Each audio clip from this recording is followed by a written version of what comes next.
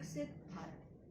A variety of activities are organized to engage youth throughout this 5-day period. There is a youth summit where there are discussions on the topics of the day, relevant topics. For instance, there would be a discussion on themes like student-centric governance and digital India, where domain experts like Sindhu Gangadharan, who's Managing Director SAP India, and other such experts would engage in lively discussions with elected representatives about how to facilitate student-centric governance. There are many other themes of the summit like climate change, disaster risk reduction, and making sustainability a way of life.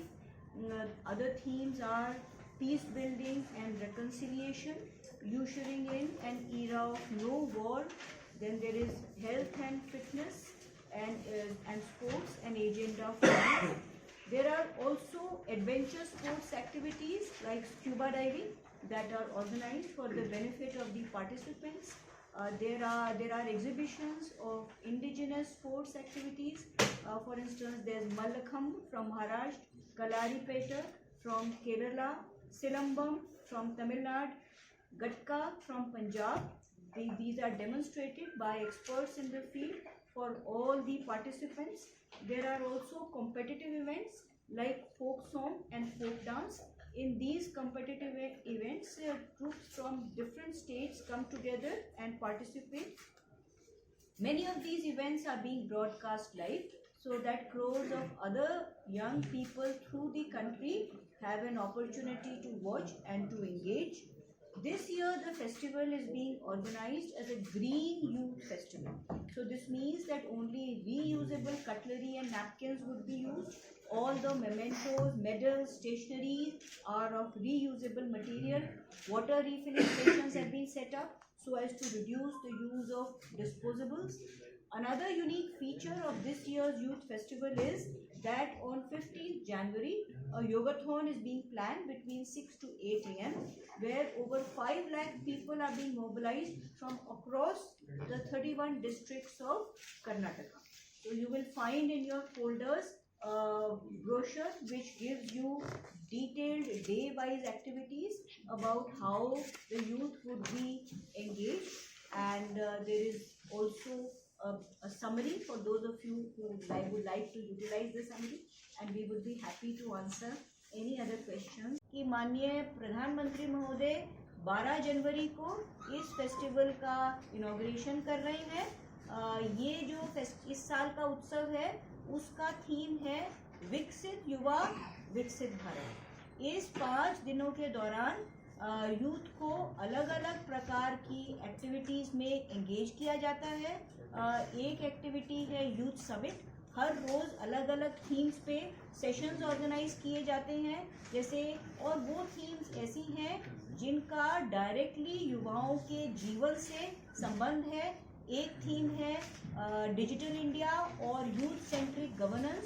उसके ऊपर जो उस क्षेत्र के जाने माने experts हैं, जैसे इस साल सैप इंडिया की जो मैनेजिंग डायरेक्टर हैं सिंधु गंगाधरन, वो आ रही हैं, और अलग अलग क्षेत्रों से लोग आते हैं, इलेक्टेड रिप्रेजेंटेटिव्स आते हैं, और वो आपस में मिल के इन चर्चा सत्रों में चर्चा करते हैं कि इन थीम्स पे आगे कैसे काम किया जाना चाहिए। अलग अलग इस साल की 4-5 थीम्स हैं। आप सब लोगों को फोल्डर दिया गया है, उसमें उन थीम्स का विश्लेषण है। डिजिटल इंडिया और स्टूडेंट सेंट्रिक गवर्नेंस के अलावा पीस बिल्डिंग एंड रिकन्सिलिएशन, ये इस साल का बहुत इम्पोर्टेंट थीम है। कैसे पीसफुल तरीके से कॉन्फ्लिक्ट्स को रिजॉल्व किया जा सकता है। हेल्थ, फिटनेस एंड स्पोर्ट्स, ये भी एक इम्पोर्टेंट थीम है। क्लाइमेट चेंज को कैसे डील किया जाए और पर्यावरण के प्रति किस तरह से हम सजग हो सकते हैं। जो रिन्यूएबल फॉर्म्स ऑफ एनर्जी हैं उनका ज़्यादा से ज़्यादा कैसे इस्तेमाल किया जा सकता है, ये सारी थीम्स हैं। तो ये एक एक्टिविटी हुई। दूसरी एक्टिविटी एडवेंचर स्पोर्ट्स की भी है।